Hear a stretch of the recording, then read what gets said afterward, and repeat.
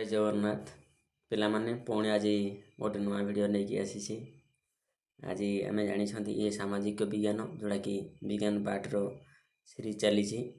ତ ଏଇଥିରେ ଦେଖ ଆମର ଅଛି ଅଷ୍ଟାଦଶ ଅଧ୍ୟାୟ ଯେଉଁଟାକି ଶକ୍ତି ଆଉ କାର୍ଯ୍ୟ। ଏ ଶକ୍ତି ଆଉ କାର୍ଯ୍ୟ ଏ ବିଷୟରେ ଟିକେ ଜଷ୍ଟ ଖାଲି ମୁଁ ଧାରଣା ଦେଇଦେବି, ତାପରେ କୋଶ୍ଚିନ୍ ପ୍ରାକ୍ଟିସ୍ କରିବି। ଆମେ ଜାଣିଛନ୍ତି କିଛି ଗୋଟେ କାମ ହେବ ବୋଲି ଆମକୁ କ'ଣ ଦରକାର? ଶକ୍ତି ଦରକାର। ଗୋଟେ ଜାଗାରୁ ଆଉ ଗୋଟେ ଘୁଞ୍ଚିବା ବା କୌଣସି ଜାଗାରେ ହଲିବା ଏମିତି ପ୍ରକାର ସବୁ ତା ପାଇଁ ନିହାତି ଶକ୍ତି ଦରକାର। ଶକ୍ତିଟା ଆମକୁ କେଉଁଥିରୁ ମିଳିବ? ବିଭିନ୍ନ ଇନ୍ଧନରୁ ସବୁ ମିଳିବ। ହେଲା, ଏଠି ଦେଖ ସବୁ ଅଛି ଆମର। ଏଠି ଜଷ୍ଟ ମୁଁ ବେଶୀ ଡେସ୍କ୍ରାଇବ୍ କରିବିନି, ଆମେ କୋଶ୍ଚିନ୍ ଦ୍ୱାରା ସବୁ ବୁଝିପାରିବା। ବ୍ୟାଟେରୀ ଭିତରେ ଥିବା ଶକ୍ତିକୁ ରାସାୟନିକ ଶକ୍ତି କୁହାଯାଏ। ମାନେ ଗୋଟେ ଘଣ୍ଟାଟେ ଯଦି ବୁଲୁଛି, କାହା ଯୋଗୁଁ ବୁଲୁଛି? ବ୍ୟାଟେରୀ ଯୋଗୁଁ ବୁଲୁଛି। ସେ ବ୍ୟାଟେରୀରେ କ'ଣ ଅଛି? ରାସାୟନିକ ଶକ୍ତି ଅଛି। ଆଉ ଏଠି କ'ଣ ଅଛି? ଖାଦ୍ୟରେ ରାସାୟନିକ ଶକ୍ତି ଥାଏ। ଖାଦ୍ୟ ଖାଇଲେ ଏହି ଶକ୍ତି କାର୍ଯ୍ୟ କରିବା ପାଇଁ ସମର୍ଥ କରାଏ। ଆମେ ଯଦି ଚଳପ୍ରଚଳ କରୁଛନ୍ତି, ଆମକୁ ଶକ୍ତି ଦରକାର। ଶକ୍ତି ତାହେଲେ କେଉଁଠୁ ଆସିବ? ଖାଇବାରୁ ଆସିବ। ଆମର ଭାତ ଖାଆନ୍ତୁ କି ସେ ମାଂସ ଯାହା ବି ଗୋଟେ ଜିନିଷ, ସେ ଭିତରେ ଗୋଟେ ରାସାୟନିକ ଶକ୍ତି ଅଛି। ସେଇ ରାସାୟନିକ ଶକ୍ତି ଯେତେବେଳେ ଆମର ଖାଦ୍ୟଟା ପଡ଼ିଗଲା, ସେଇ ଭିତରୁ ରାସାୟନିକ ଶକ୍ତି ସବୁ ଉତ୍ପନ୍ନ ହେଲା, ଯେଉଁଦ୍ୱାରା ଆମକୁ ଗୋଟେ ଜାଗାରୁ ଆଉ ଗୋଟେ ଜାଗାକୁ ନେଇପାରିଲା। ଏମିତି ସବୁ ହେଇପାରୁଛି। ଆମେ ଯଦି କହିବା ହାବେଳି ବାଣ, କାନ୍ଥ ଘଣ୍ଟା, ଏଗୁଡ଼ାକ ସବୁ ଗୋଟେ ଗୋଟେ ଭିତରେ କ'ଣ ଅଛି? ଶକ୍ତି ଅଛି, ରାସାୟନିକ ଶକ୍ତି। ଦେଖ, ଜାଳେଣୀ ବା ଇନ୍ଧନ, କାଠ, କୋଇଲା, କିରୋସିନି, ଗ୍ୟାସ୍ ଆଦି ଜାଳି ଆମେ ରନ୍ଧନ କାର୍ଯ୍ୟ କରିଥାଉ। ଏଗୁଡ଼ିକୁ ସବୁ ଇନ୍ଧନ କୁହାଯାଏ। ଆମେ କ'ଣ ସମସ୍ତ ଇନ୍ଧନରେ ରାସାୟନିକ ଶକ୍ତି ଥାଏ। এই ରାସାୟନିକ ଶକ୍ତିରୁ ତାପ ଆଲୋକ ମିଳେ।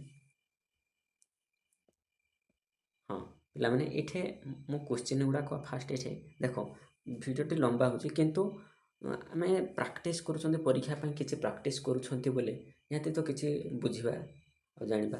ତ ଏଠି ଦେଖ, ଏଥର ଆଜି ନୂଆ ସିଷ୍ଟମ୍ ଗୋଟେ ନେଇକି ଆସିଛି। ଆମେ ଯେତେବେଳେ କୋଶ୍ଚିନ୍ ପ୍ରାକ୍ଟିସ୍ ମାନେ MCQ ଚାଲିବ, ମୁଁ ତୁମକୁ 10 ସେକେଣ୍ଡ ଟାଇମ୍ ଦେବି, ତୁମେ ସେ ଭିତରେ ଟ୍ରାଏ କରିବ। ହଉ ଠିକ୍ ଅଛି। ବର୍ତ୍ତମାନ ଦେଖ, ପ୍ରଶ୍ନ ଅଛି, ଉତ୍ତର ବି ପାଖରେ ଅଛି।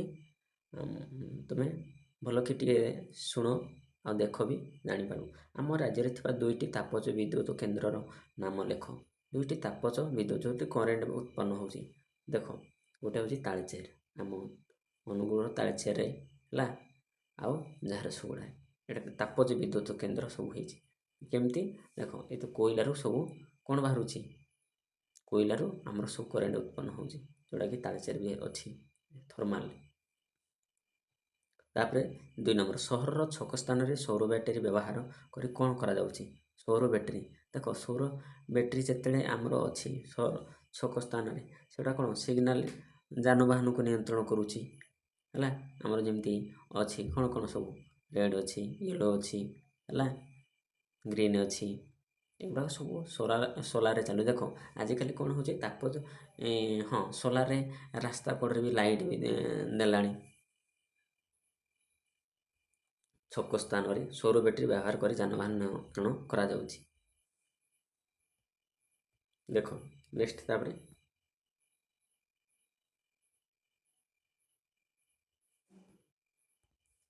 ଦେଖିବା। ତାପରେ ଏଟା 6 କ'ଣ ହେଇଗଲା?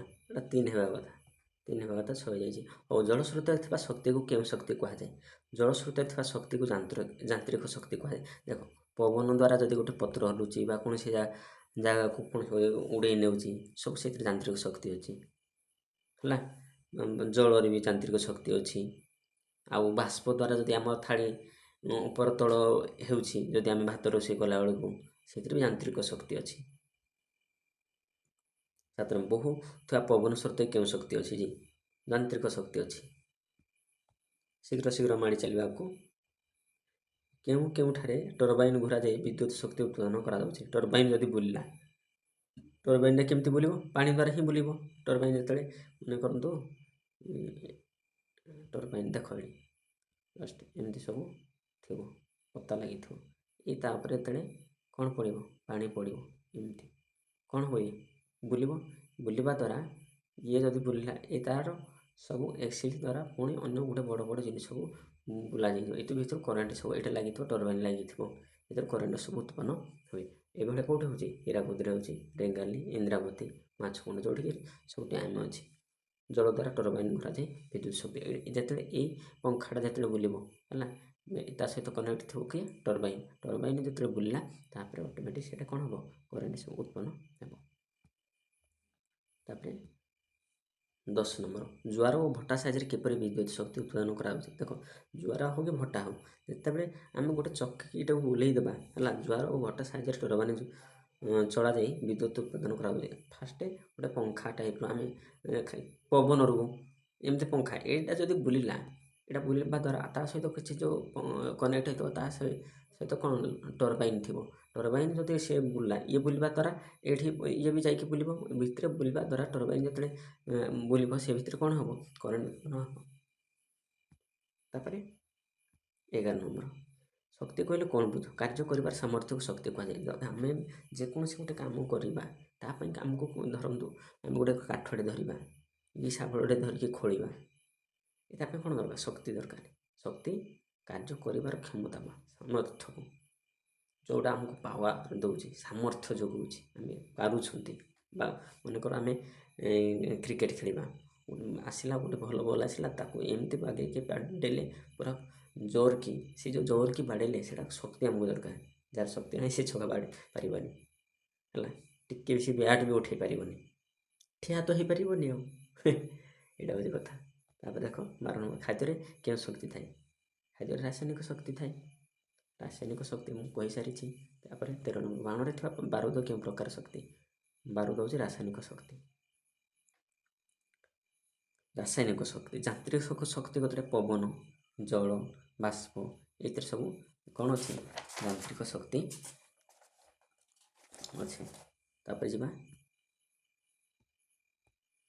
ତାପରେ 14 ନମ୍ବର ଦେଖ, ଅସରନ୍ତି ଶକ୍ତିର ଉତ୍ସ କି? ଅସରନ୍ତି ଶକ୍ତି, ତାର ସରିବ ନାହିଁ। ସୂର୍ଯ୍ୟାଲୋକ ହେଲା, କ'ଣ? ସୂର୍ଯ୍ୟାଲୋକ ସୌରଶକ୍ତି, ଯେଉଁଟାକି ଆଉ ଯଦି ଅସରନ୍ତି ଉପରେ କୁଆଡ଼େ ଯିବ, ଆମେ ଯେମିତି ଜୁଆର ଭଟ୍ଟା, ଇଏ କେତେବେଳେ ସରିବନି। ଏଇଟା କ'ଣ ପଇସା ଦେବାକୁ ପଡ଼ୁଛି ନା କ'ଣ ସରିଯାଉଛି? ସମୁଦ୍ରରେ ପାଣିର ଅଭାବ ନାହିଁ, ପାଣି ତ ଅଛି ବୋଲେ ସେ ଭିତରେ ଆସିବ କ'ଣ? ଜୁଆର ଆସିବ, ଭଟ୍ଟା ଆସିବ। ତାପରେ ଆମେ ସୌରଶକ୍ତି ଗଲା, ଜୁଆର ମାନେ ଏଡ଼େ ଗଲା।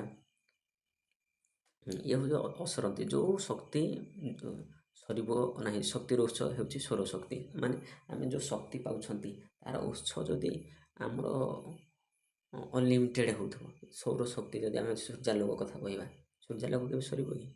ସମୁଦ୍ରରେ କେବେ ଜୁଆର ଭଟ୍ଟା ବନ୍ଦ ହେବ କି? ନାହିଁ। ସେଥିରେ ଯେତେବେଳେ ବାଡ଼େଇ ହେବ ସେ ଭିତରେ ବି ବା ବିଭିନ୍ନ ଜାଗାରେ ବେଶୀ ଯେତେବେଳେ ପବନ ଯେଉଁ ଜାଗାରେ ବହୁଛି, କେଉଁ ଜାଗାରେ ବେଶୀ ପବନ ବହିବ, ସେଇଠି ଯେଉଁଠି ଜୁଆର ଭଟ୍ଟା ହେଉଥିବ ସେ ବି ବେଶୀ ସେଇଠି ହିଁ ପବନ ହେଉଥିବ। ଅର୍ଥ ଗୋଟେ ସମୁଦ୍ର କୂଳରେ ହିଁ ବେଶୀ ପବନ। ସେଇ ଜାଗାରେ ଯଦି ଗୋଟେ ଆମେ ପଙ୍ଖା ଲଗେଇ ଦେଇକି ବୁଲିବା, ତାହେଲେ ସେଇଠି କ'ଣ ଟର୍ବାଇନ୍ କନେକ୍ଟ ଥିବ, ତାପରେ ସେଥିରୁ ବି ଶକ୍ତି ଆମେ ପାଇପାରିବା।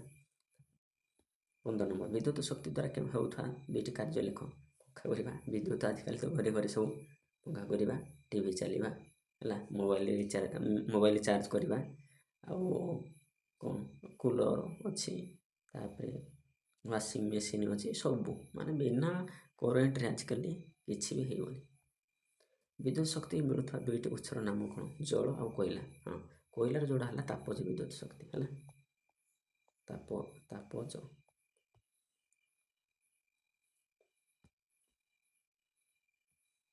ତାପରେ 17 ନମ୍ବର, ସୌରଶକ୍ତିରୁ ମିଳୁଥିବା 2ଟି ଶକ୍ତିର ନାମ ଲେଖ।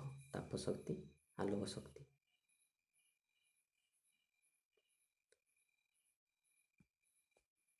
ତାପରେ 18, ପେଟ୍ରୋଲରୁ ମିଳୁଥିବା 2ଟି ଜିନିଷର ନାମ ଲେଖ। କୃତ୍ରିମ ରବର, ସୁଗନ୍ଧ ଦ୍ରବ୍ୟ। ତାପରେ 19, ଭାରତରେ ଥିବା 2ଟି ନ୍ୟୁକ୍ଲିୟ ଶକ୍ତି କେନ୍ଦ୍ରର ନାମ ଲେଖ। ତାରାପୁର, ନରୋରା। ହଁ, ଏଗୁଡ଼ା ମନେ ରଖିବାର ଜିନିଷ ଅଛି ହେଲା। ତାପରେ ଦେଖ, ଟେଲିଭିଜନ ଲଗାଇଲେ ବିଦ୍ୟୁତ୍ ଶକ୍ତି କେଉଁ ଶକ୍ତିରେ ରୂପାନ୍ତରିତ ହୁଏ? 2ଟିର ନାମ ଲେଖ। ଆଲୋକ ଶକ୍ତିରେ ଆଉ ଧ୍ୱନି ଶକ୍ତିରେ। ଟେଲିଭିଜନ ଯଦି ଲଗାଇଲେ, ଆମେ ଟେଲିଭିଜନ ଯେତେବେଳେ ଲଗାଇଲା କ'ଣ ହେଉଛି? ସେ ଭିତରୁ ଆଲୋକ ଆସୁଛି, ସେ ଭିତରେ ଆମର କରେଣ୍ଟଟା କେଉଁଥିରେ କନଭର୍ଟ ହେଲା? ଆଲୋକ ଶକ୍ତିରେ କନଭର୍ଟ ହେଲା। ପୁଣି ସେଇଥିରୁ କ'ଣ ହେଉଛି? ଧ୍ୱନି ତିଆରି ହେଉଛି, ଯେଉଁଟାକି ଆମେ ଶୁଣିପାରୁଛନ୍ତି। ତାପରେ 21 ନମ୍ବର, ବିଦ୍ୟୁତ୍ ସଙ୍କଟରୁ ରକ୍ଷା ପାଇବା ପାଇଁ ଗୁରୁତ୍ୱ ଦିଆଯାଉଥିବା ଅନ୍ୟ ଦୁଇଟି ଶକ୍ତିର ନାମ ଲେଖ। ଦେଖ ପବନ ଆଉ ଜୁଆର, ମୁଁ କହିସାରିଛି ଆଗରୁ। ତାପରେ କାହାର ବିନାଶ ନାହିଁ, ଶକ୍ତିର ବିନାଶ ନାହିଁ। ହଁ କ'ଣ ଶକ୍ତିର ବିନାଶ ନାହିଁ? ହଁ ପିଲାମାନେ, ଶକ୍ତିର ବିନାଶ ନାହିଁ। ମନେକର ଆମେ ଦେଖିବା ପବନ ବହିବା, ପବନ ବହିଲା ଦ୍ୱାରା କିଛି ଦୋହଲିଲା ହେଲା, ପୁଣି ମାନେ ଟୋଟାଲ୍ ଶକ୍ତିଟା କ'ଣ ହେଉଛି, ଏମିତି ବୁଲୁଛି ଗୋଟେ ଶକ୍ତିରୁ ଆଉ ଗୋଟେ, ମାନେ ଯାନ୍ତ୍ରିକ ଶକ୍ତିରୁ ଆଲୋକ ଶକ୍ତିରୁ ତାପରେ ତାପଜ ଶକ୍ତି, ଏମିତି ବି ସବୁ ପ୍ରକାର ଚାଲୁଛି। ତେଣୁକରି କେତେବେଳେ ବି ଆମେ ଦେଖିବା ଶକ୍ତିର ବିନାଶ ନାହିଁ, ଗୋଟେ ଖାଲି ରୂପାନ୍ତରିତ ହେଉଛି। ତୁମେ ବଡ଼ କ୍ଲାସ୍ରେ ଜାଣିବ କେମିତି ଶକ୍ତିର ବିନାଶ ନାହିଁ ବୋଲି, ତାପରେ ଡିଟେଲ୍ ସବୁ ହେବ। ତାପରେ 23 ନମ୍ବର ସମ୍ପର୍କିତ ଆଉ ଦୁଇଟିର ନାମ ଲେଖ। ଶୁଖିଲା ପତ୍ର, କାଗଜ। ଦେଖ ଶୁଖିଲା ପତ୍ର ଭାସୁଥାଏ, କାଗଜ ବି ଭାସୁଥାଏ, ଜଳ ସ୍ରୋତ ଭାସି ଯାଉଥିବ। ଏଇଟା ଜଳ ସ୍ରୋତରେ ଆଉ କିଏ ଭାସିଯିବ? ସ୍ପଞ୍ଜ ଭାସିଯିବ, ସ୍ପଞ୍ଜ ଭାସି ପାରିବ। ଆଉ କେଉଁଟା ଆମର ଚପଲ, ମାନେ ସ୍ପଞ୍ଜ ତ କହିଲେ ସେ ଚପଲ ଟାଇପ୍ର ହାଲକା, ଚପଲ ଭାସି ପାରିବ ହେଲା। ଆଉ କ'ଣ ଭାସିବ? ଆଉ କ'ଣ ଭାସିବ କୁହ? ସୋଲ ବି ଭାସି ପାରିବ, କାଠ ବି ଭାସି ପାରିବ। ଆଉ କ'ଣ ଭାସି ପାରିବ? ସବୁ ଯେଉଁଟା ହାଲକା ଜିନିଷ ସେ ଭାସି ପାରିବ। ହାଲକା ହେଲେ ହେବନି, ଭିତରେ ଫାଙ୍କା ଫାଙ୍କା ରହିବାର ଅଛି, ଯେଉଁଟାକି ସ୍ପଞ୍ଜ କୁହାଯାଉଛି। ତାପରେ ଜଳ ଆଉ ପବନ ଅସରନ୍ତି ଶକ୍ତିର ଉତ୍ସ ଭାବରେ। ଜଳ ଗୋଟା ଅସରନ୍ତି ଶକ୍ତି, ପବନ ଆଉ କ'ଣ ହେବ? ସୌର ଶକ୍ତି ହେଇପାରିବ ବା ସୂର୍ଯ୍ୟାଲୋକ।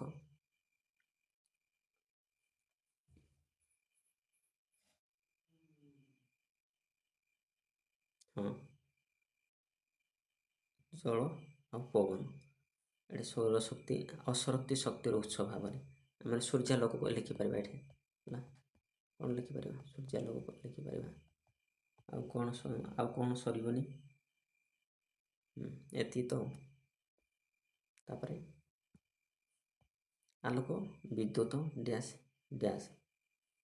ହଁ, ଏଇଠି ଜଳ ଆଉ ପବନ ଥିଲା। ଏଇଟା ଆମେ ଏଇଟା ଦୁଇଟା ନାହିଁ, ଗୋଟେ ଅଛି। ତାହେଲେ ମୁଁ ଗୋଟେ ଭାବି ଦେଇଛି। ହଁ, ଏଇଟା ଆମେ ସୂର୍ଯ୍ୟାଲୋକ ଆଉ ଆମର କ'ଣ ଭୂତାପ, ଯେଉଁ ଜାଗାରେ କ'ଣ ହେଉଛି, ଉଦ୍ଗିରଣ ହେଉଛି ଆମର ମାଟି ଭିତରୁ ସବୁ ଉଦ୍ଗିରଣ ହେଉଛି, ଲାଭା ପତ୍ର ଯେଉଁଠି, ସେଠି ଆମର କ'ଣ ବହୁତ ହିଟ୍ ହେଉଛି, ସେଇ ଜାଗାରୁ ବି କରେଣ୍ଟ ବାହାର କରିହେବ। ତାପରେ ଛାଡ଼, ଆଲୋକ ଆଉ ବିଦ୍ୟୁତ। ତାପରେ କ'ଣ ହେବ? ଗଟା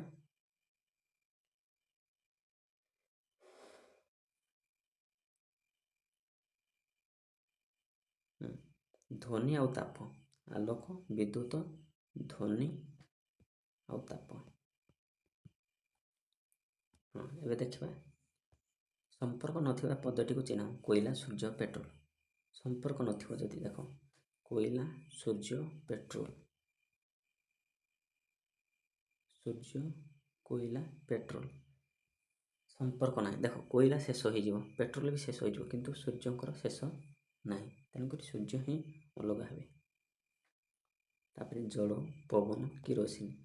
ଜଳ ସରନ୍ତି, ପବନ ସରନ୍ତି, କିନ୍ତୁ କିରୋସିନ ସରନ୍ତି, ଇଏ ସରିଯିବ। ତେଣୁକରି ଇଏ ହେବ ଅଲଗା।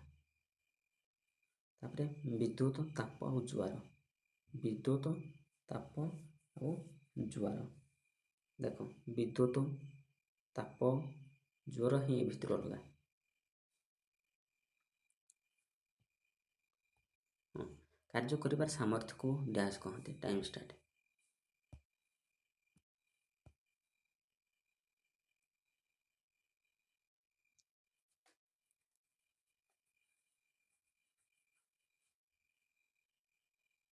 ଶକ୍ତି କୁହନ୍ତି। କ'ଣ? ଶକ୍ତି କୁହନ୍ତି। ତାପରେ ନେକ୍ସଟ, ଦିନକୁ ଦିନ ଶକ୍ତିର ଆବଶ୍ୟକତା। ହଁ, ଦିନକୁ ଦିନ ଡ୍ୟାସ୍ ଶକ୍ତିର ଆବଶ୍ୟକତା ବଢ଼ୁଛି। ଦିନକୁ ଦିନ ଡ୍ୟାସ୍ ଶକ୍ତିର ଆବଶ୍ୟକତା ବଢ଼ୁଛି। ଦେଖ କୁହ।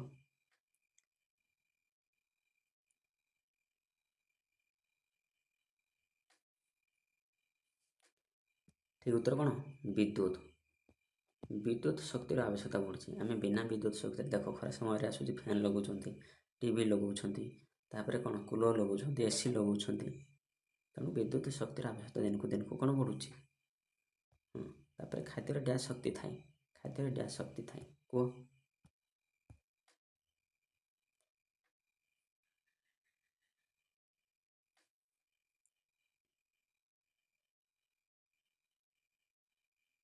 ଆମେ ଜାଣିଛୁ ଯେ ଖାଦ୍ୟରେ କ'ଣ ଥାଏ ରାସାୟନିକ ଶକ୍ତି।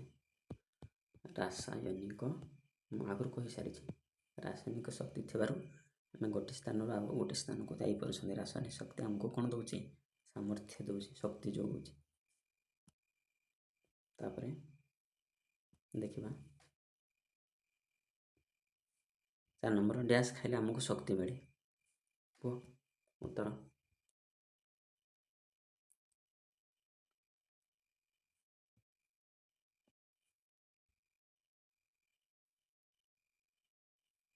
ଠିକ୍ ଉତ୍ତର କ'ଣ ଡ୍ୟାସ୍ ଖାଇଲେ ଖାଦ୍ୟ ଖାଇଲେ ଆମକୁ କ'ଣ ମିଳେ ଶକ୍ତି ମିଳେ। ତାପରେ 5 ନମ୍ବର ରାସାୟନିକ ଶକ୍ତିରୁ ତାପ ଓ ଡ୍ୟାସ୍ ମିଳେ। ରାସାୟନିକ ଶକ୍ତିରୁ ତାପ ଓ ଡ୍ୟାସ୍ ମିଳେ କୁହ।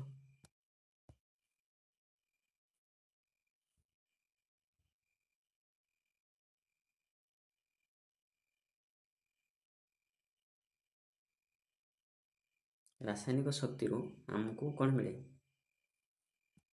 ତାପ ମିଳେ ଆଉ ଆଲୋକ ମିଳେ।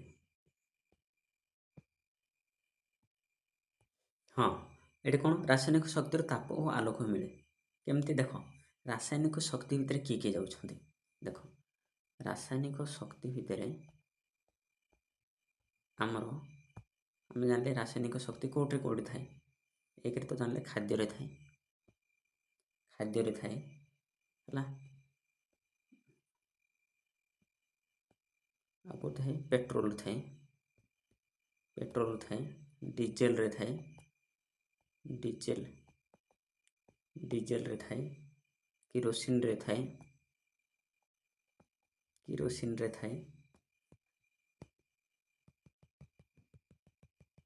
ଆଉ କେଉଁଥିରେ ରହୁଛି ପ୍ରାକୃତିକ ଗ୍ୟାସ୍ରେ ଆମର ଗ୍ୟାସ୍ରେ ବି ରହୁଛି। ଆଉ କେଉଁଠି ରହୁଛି ବ୍ୟାଟେରୀରେ ରହୁଛି ଆଉ କାଠରେ ରହୁଛି। ମନେକର କାଠ ନେଇଯିବା। ଏ କାଠ ହେଉଛି ଗୋଟେ ରାସାୟନିକ ଶକ୍ତି। କାଠରୁ ଆମେ ଯଦି କାଠ ଜାଳିବା ସେ ଭିତରୁ କ'ଣ ବାହାରିବ ଆମକୁ ବହୁତ ହିଟ୍ ହେବ ତାପ ବାହାରିବ କ'ଣ ବାହାରିବ ତାପ ବାହାରିବ ହେଲା। ତାପରେ ଏଇଥିରୁ କ'ଣ ମିଳିଲା ଆଲୋକ ମିଳିଲା କ'ଣ ମିଳିଲା ଆଲୋକ ମିଳିଲା। ସେଭଳିଆ ପେଟ୍ରୋଲରୁ ବି ଆମେ କ'ଣ କରିପାରିବା ସେ ଭିତରୁ ଆମେ ବାହାର କରିପାରିବା କରେଣ୍ଟ ବି ବାହାରି ପାରୁଛି ବିଦ୍ୟୁତ ଶକ୍ତି ବି ବାହାରି ପାରୁଛି। ଆଉ କ'ଣ ବାହାରୁଛି ଆଲୋକ ବି ବାହାରୁଛି ତାପ ବାହାରୁଛି ହଁ ତାପ ଆଉ ଆଲୋକ ଏ କଥା। ତେଣୁକରି ଆମେ ଜାଣିଲେ ରାସାୟନିକ ଶକ୍ତି ଭିତରେ କହିଲେ ଖାଦ୍ୟ ପେଟ୍ରୋଲ ଡିଜେଲ କିରୋସିନ କାଠ ବ୍ୟାଟେରୀ ଗ୍ୟାସ୍। ତାପରେ ଦେଖ ଜଳ ସ୍ରୋତରେ ଏଇଟା ହଁ ପେଟ୍ରୋଲ ଗୋଟିଏ କ'ଣ ରାସାୟନିକ ଶକ୍ତି।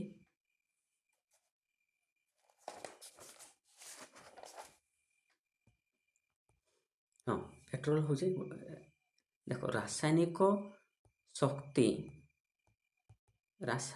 ଶକ୍ତି ହଁ ମୁଁ ସେଥିରେ ଟିକେ ଭୁଲ କହିଦେଲି।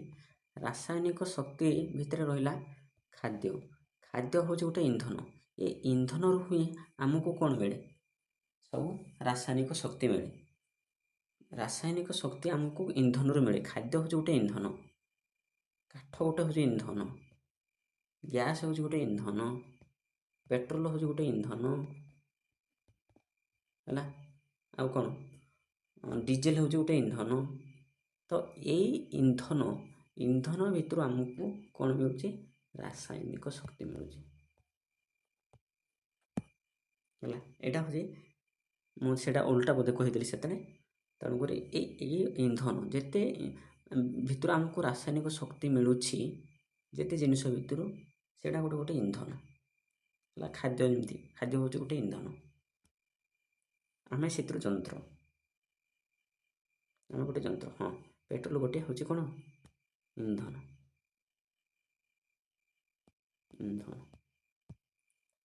ଜଳ ସ୍ରୋତରେ ଡ୍ୟାସ୍ ଶକ୍ତି ଥାଏ। ଜଳ ସ୍ରୋତରେ କ'ଣ ଶକ୍ତି ଆଗରୁ କହିସାରିଛି, ଯାନ୍ତ୍ରିକ ଶକ୍ତି ଥାଏ। କ'ଣ ଯାନ୍ତ୍ରିକ ଶକ୍ତି ଥାଏ, ଗୋଟେ ଜାଗାରୁ ଅନ୍ୟ ଜାଗାକୁ ନେଇଯାଉଛି, ଯାନ୍ତ୍ରିକ ଶକ୍ତି ଅଛି।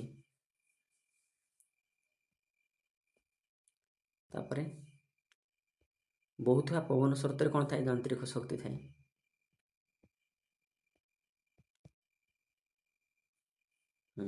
ତାପରେ ମାଛ କୁଣ୍ଡ ଠାରେ ଜଳ ଦ୍ୱାରା ଡ୍ୟାସ୍ ଘୁରାଯାଇ ବିଦ୍ୟୁତ୍ ଶକ୍ତି ଉତ୍ପାଦନ କରାଯାଉଛି। କ'ଣ ଘୁରାଯାଏ, ଟରବାଇନ୍।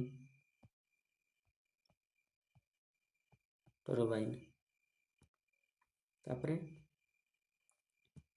10 ନମ୍ବର, ସମୁଦ୍ର କୂଳ ଅଞ୍ଚଳରେ ଡ୍ୟାସ୍ ଚକ୍ରି ସାହାଯ୍ୟରେ ବିଦ୍ୟୁତ୍ ଉତ୍ପାଦନ କରାଯାଉଛି। ସମୁଦ୍ର କୂଳ ଅଞ୍ଚଳରେ ଡ୍ୟାସ୍ ଚକ୍ରି ସାହାଯ୍ୟରେ, କୁହ। ସମୁଦ୍ର କୂଳରେ କେଉଁ ଚକ୍ରି ରହିବ, ପବନ ଚକ୍ରି ରହିବ। ପବନ ଚକ୍ରି ସାହାଯ୍ୟରେ ବିଦ୍ୟୁତ୍ ଉତ୍ପାଦନ କରାଯାଉଛି। ତାପରେ 11, ସୂର୍ଯ୍ୟଙ୍କ ଠାରୁ ଡ୍ୟାସ୍ ଶକ୍ତି ମିଳେ। ସୂର୍ଯ୍ୟଙ୍କ ଠାରୁ କି ଶକ୍ତି ମିଳେ, ସୌର ଶକ୍ତି ମିଳେ, ହେଲା। ତାପରେ 12 ନମ୍ବର, ଡ୍ୟାସ୍ ବ୍ୟବହାର କରି ଯାନବାହନ ନିୟନ୍ତ୍ରଣ କରାଯାଉଛି। କ'ଣ ଯାନବାହନ ନିୟନ୍ତ୍ରଣ କରିବା ପାଇଁ ଆମକୁ ସୂର୍ଯ୍ୟାଲୋକ ଦରକାର, ସୋଲାର ଯେଉଁଟାକି, ହେଲା। ତେଣୁକରି ଠିକ୍ ଉତ୍ତର କ'ଣ ହେବ, ସୌର ବ୍ୟାଟେରୀ। ଆମେ କ'ଣ ବ୍ୟବହାର କରେ, ସୌର ବ୍ୟାଟେରୀ। ସୌର ବ୍ୟାଟେରୀ ଦ୍ୱାରା, ସୌର ଯେଉଁ ଆମେ ସୋଲାର କହୁଛନ୍ତି, ସେଇଟା ହେଲା କ'ଣ, ସୌର ବ୍ୟାଟେରୀ। ସୌର ବ୍ୟାଟେରୀ। ତାପରେ 13 ନମ୍ବର, ବର୍ତ୍ତମାନ ଡ୍ୟାସ୍ ଶକ୍ତିରୁ ବିଦ୍ୟୁତ୍ ଶକ୍ତି ଉତ୍ପାଦନ କରାଗଲାଣି। ବର୍ତ୍ତମାନ ଡ୍ୟାସ୍ ଶକ୍ତିରୁ ବିଦ୍ୟୁତ୍ ଶକ୍ତି ଉତ୍ପାଦନ କରାଗଲାଣି। କୁହ, କେଉଁ ଶକ୍ତିରୁ ବିଦ୍ୟୁତ୍ ଶକ୍ତି ଉତ୍ପାଦନ କରାଗଲାଣି? ନ୍ୟୁକ୍ଲିୟ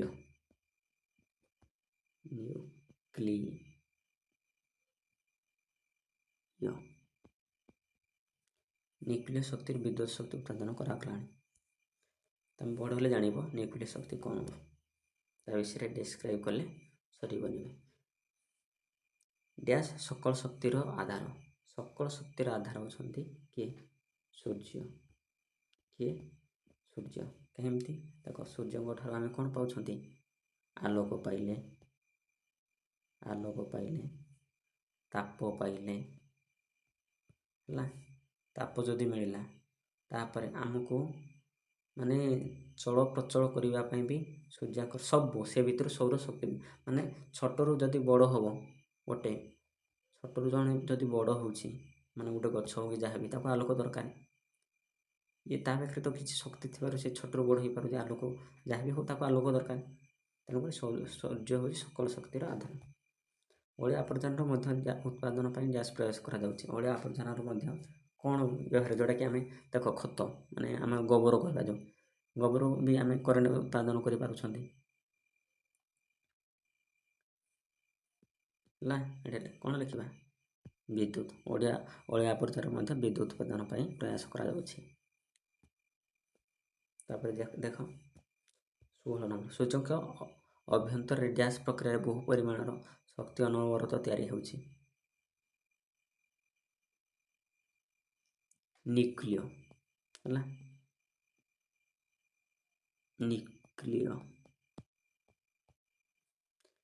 ନ୍ୟୁକ୍ଲିୟ ପ୍ରକ୍ରିୟାରେ ବହୁ ପରିମାଣର ଶକ୍ତି ଅନବରତ ହେଉଛି।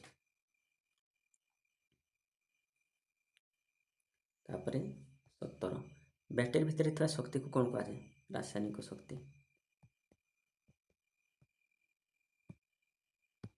ତାପରେ 18, ଗ୍ୟାସ୍ ଜଳିଲେ ଆଲୋକ ଓ ତାପ ମିଳେ।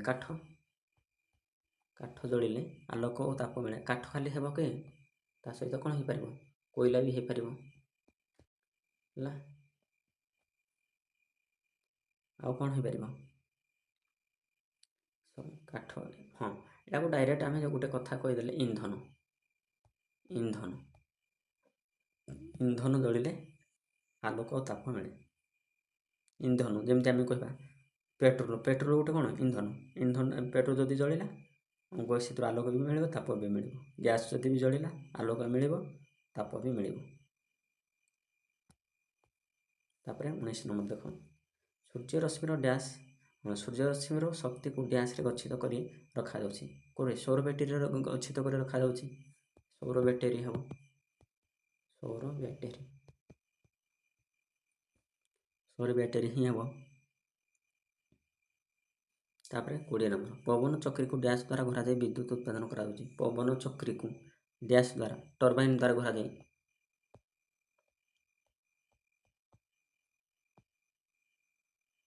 कौन कहला पवन चक्री को डैश द्वारा घुरा जाए पवन चक्री को नहीं पवन चक्री को क्या द्वारा एटा पवन द्वारा पवन द्वारा ठीक है कहीं देख पवन चक्रीटा क्या द्वारा बुला पवन द्वारा बुला पवन चक्री जदि बुला पवन चक्री बुला पर कौन हम टर्बाइन बुलू है फास्ट पवन दरकार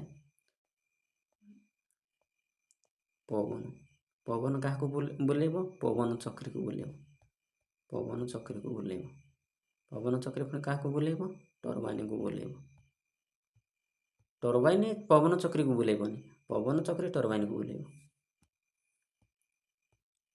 तापर कौन भिन्न शब्द बाछी पाख कोठरी लेख पेट्रोल पवन kerosene diesel petrol kerosene diesel ये सब गोटे गोटे इंधन किंतु ये पवन पेट्रोल गोटे इंधन किरोसिन गोटे इंधन डीजेल गोटे इंधन किंतु पवन पवन को पाखरे पूरा डायरेक्ट ये यांत्रिक शक्ति अच्छी ये ये गुड़ाक होती जदि एमती तो कहवाक गले ये सरती किंतु ये असरती तेणुक से ये पवन ही अलग है ये सरीज ये सरीज ये सरीज ये सरीज माने पेट्रोल सरीज किरोसिन सरीज डीजेल सरीज कि पवन सर ना तेणुक ये अलग तापर 2 नंबर जलस्रोत काठ अंगार पेट्रोल जलस्रोत काठ अंगार पेट्रोल जलस्रोत ठीक है कहीं देख काठ अंगार पेट्रोल ये गोटे गोटे सब कौन इंधन किंतु जलस्रोत इंधन नुह जलस्रोत ये इंधन नुह ये यांत्रिक शक्ति ता पाखे अच्छी 3 नंबर कोयला पेट्रोल डीजेल किरोसिन कोयला गोटे इंधन पेट्रोल गोटे इंधन डीजेल गोटे इंधन किरोसिन गोटे इंधन पा सब तो इंधन ताले कोयला पेट्रोल डीजेल किरोसिन कौटा ठीक है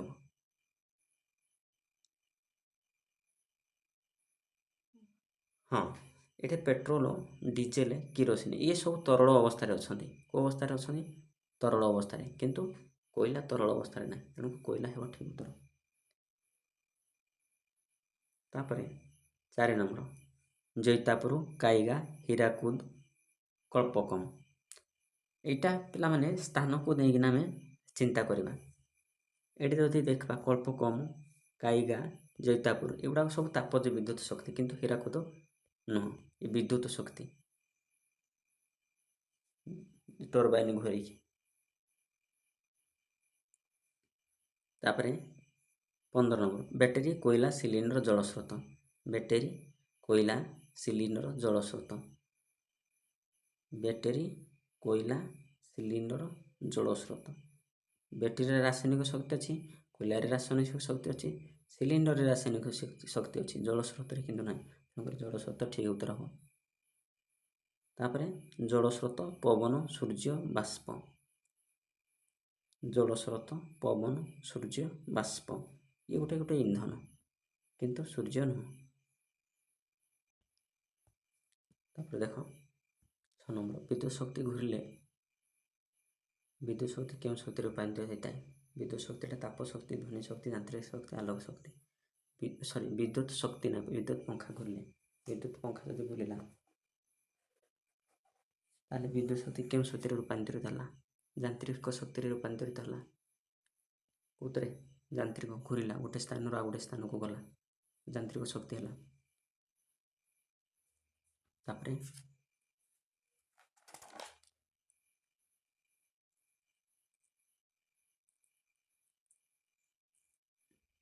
7 नंबर समस्त इंधन रे क्यों शक्ति थाए समस्त इंधन रे कौन थाए रासायनिक शक्ति थाए कई सारी कौन जमी खाद्य पेट्रोल काठ आ कौन ଡିଜେଲ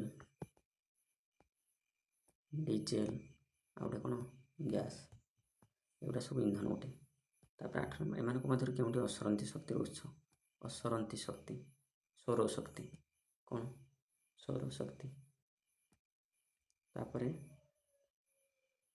9 ନମ୍ବର, ନିମ୍ନଲିଖିତ ମଧ୍ୟରୁ କେଉଁଠାରେ ବିଦ୍ୟୁତ ଶକ୍ତି ଉତ୍ପାଦନ ହୁଏ ନାହିଁ? ହୀରାକୁଦରେ ହୁଏ, ରେଙ୍ଗାଲିରେ ହୁଏ, ଇନ୍ଦ୍ରାବତୀରେ ହୁଏ, କୋରାପୁଟରେ କୋଉଠି? ଯେଉଁଠି ଡ୍ୟାମ୍ ଅଛି ସେଠି ହିଁ ସବୁ ବିଦ୍ୟୁତ ଶକ୍ତି ଉତ୍ପାଦନ ହେବ। ତାପରେ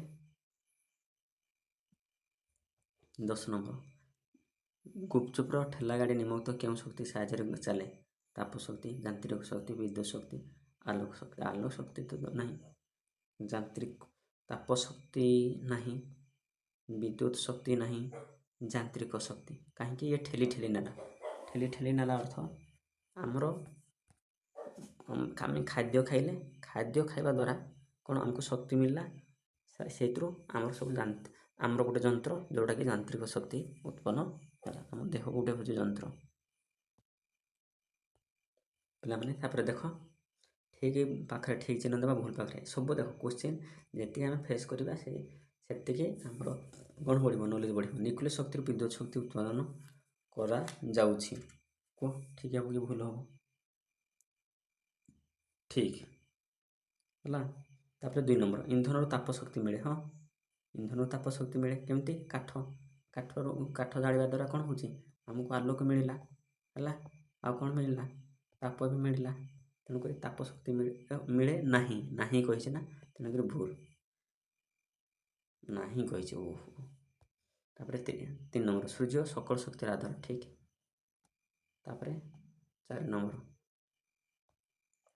କାର୍ଯ୍ୟ କରିବାର ସାମର୍ଥ୍ୟକୁ ଶକ୍ତି କୁହନ୍ତି। ହଁ, କାର୍ଯ୍ୟ କରିବା ସାମର୍ଥ୍ୟକୁ ଶକ୍ତି କୁହନ୍ତି। ଠିକ୍ ଅଛି। ତାହେଲେ ଇଏ କ'ଣ? ଇଏ ଠିକ୍, ଇଏ ଭୁଲ, ଇଏ ଠିକ୍। ହଁ। ତାପରେ ଟାଣ ଖରାରେ କିଛି ସମୟ ଠିଆ ହେଲେ ଆମେ ଦେହ ଗରମ ହୁଏ। କାହିଁକି ଗରମ ହୁଏ କୁହ? ଟାଣ ଖରାରେ କିଛି ସମୟ ଠିଆ ହେଲେ ହଁ ଆମ ଦେହ ଗରମ ହୁଏ। ହଁ, ଗରମ ହେବ।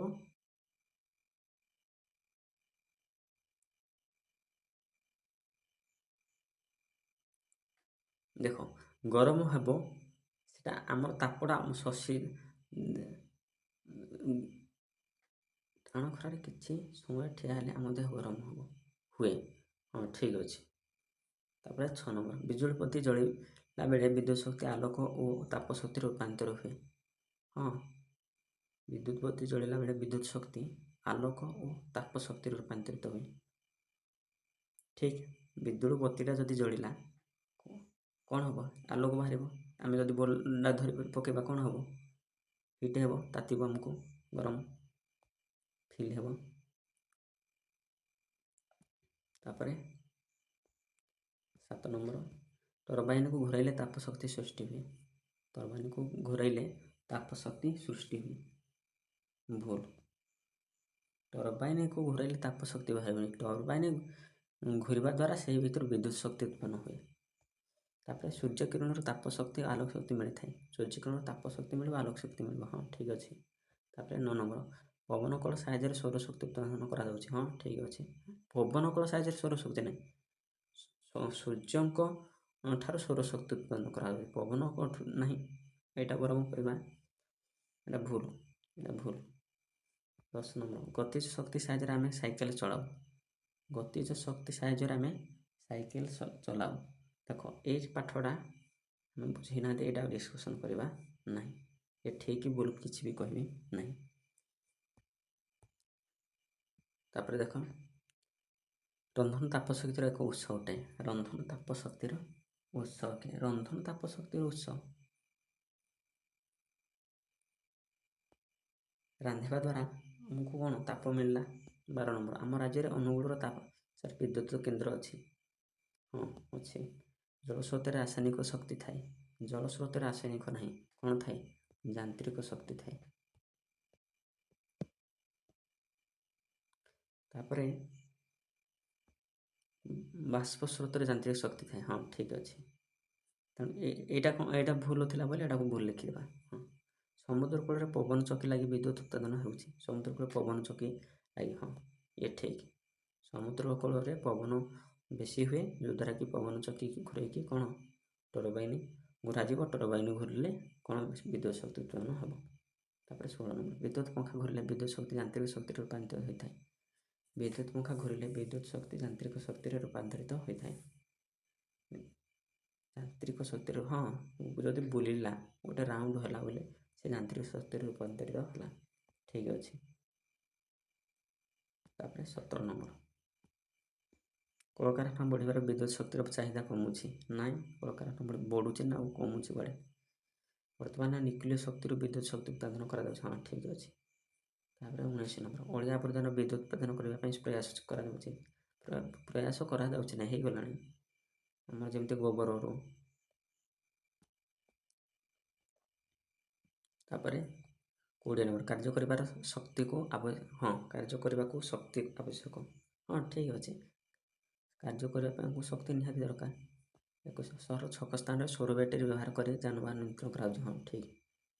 ପିଲାମାନେ ଆଜି ଭିଡ଼ିଓ ହେଉଛି ଏତିକି। ଯଦି ଭିଡ଼ିଓଟି ଭଲ ଲାଗିଲା ନିହାତି ଲାଇକ୍ କରିବା, ଆଉ ମୋର ଚ୍ୟାନେଲକୁ ଫାର୍ଷ୍ଟ ଟାଇମ୍ ଦେଖିଥିବା ସବସ୍କ୍ରାଇବ୍ କରିଦେବା, ଆଉ ସାଙ୍ଗସାଥିମାନଙ୍କୁ ଭିଡ଼ିଓଟାକୁ ସେୟାର କରିଦେବା, ଯଦ୍ୱାରା କି ସେମାନେ ପଢ଼ିକିନା ବି ଉପକୃତ ହୋଇପାରିବେ। ଧନ୍ୟବାଦ।